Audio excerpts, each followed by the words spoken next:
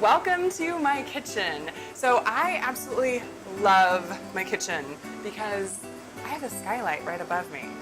How cool is that? Like, how does it get better? Right now we're gonna work on a different beef cut. So we serve something here at the restaurant that's called a Scotch fillet, which technically Scotch just means wrapped, but people love ribeye.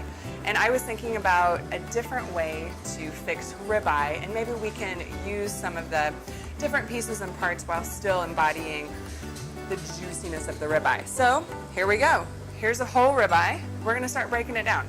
And when we break down meat, I always stress, so the first thing we're gonna do is cut off this chain. And we use our scrap from the ribeye for our burgers. So we seriously have a prime rib burger that sells like hotcakes. And next, we're gonna release the cap. So in some places, that's the most coveted piece of meat. So we're gonna go ahead and get that coveted piece of meat.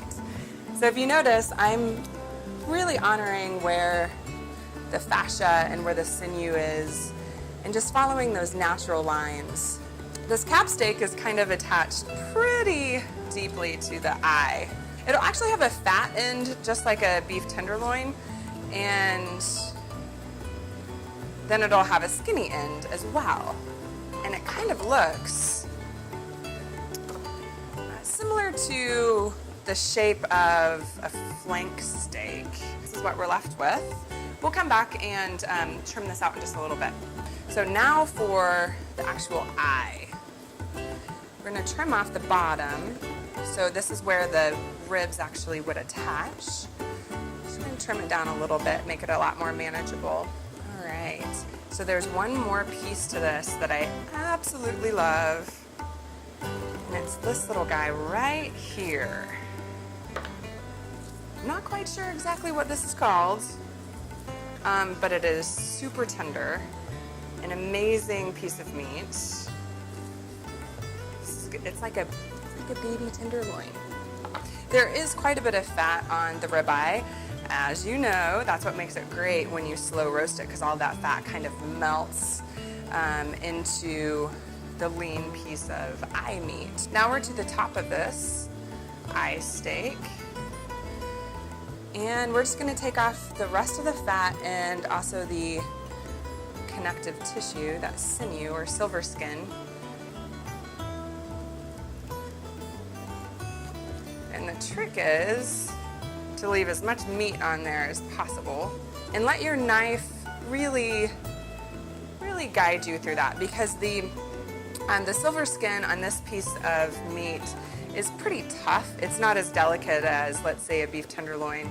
And you will be able to tell through your knife the tension. So when it gets a little softer, pull your knife up, because that means that you're going into the red meat as opposed to trimming off the sinew. And pull this tight. This is also a super good tip.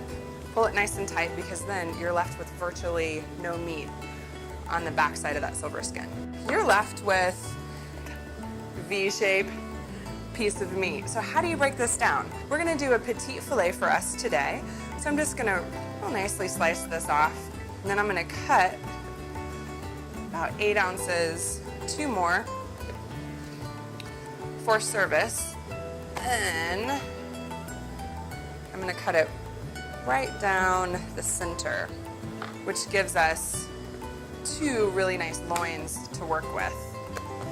And Scotch meaning wrapped, we can kind of manipulate the shape a little bit so it looks more like a round fillet. Got 2 more left in there. And typically, one ribeye gives you anywhere between 9 and 11 pieces, 9 and 11 fillets. We're gonna wrap it in some prosciutto. And when we come back, we're gonna cook it with some of that kohlrabi as well as broccoli from Michael Pearl.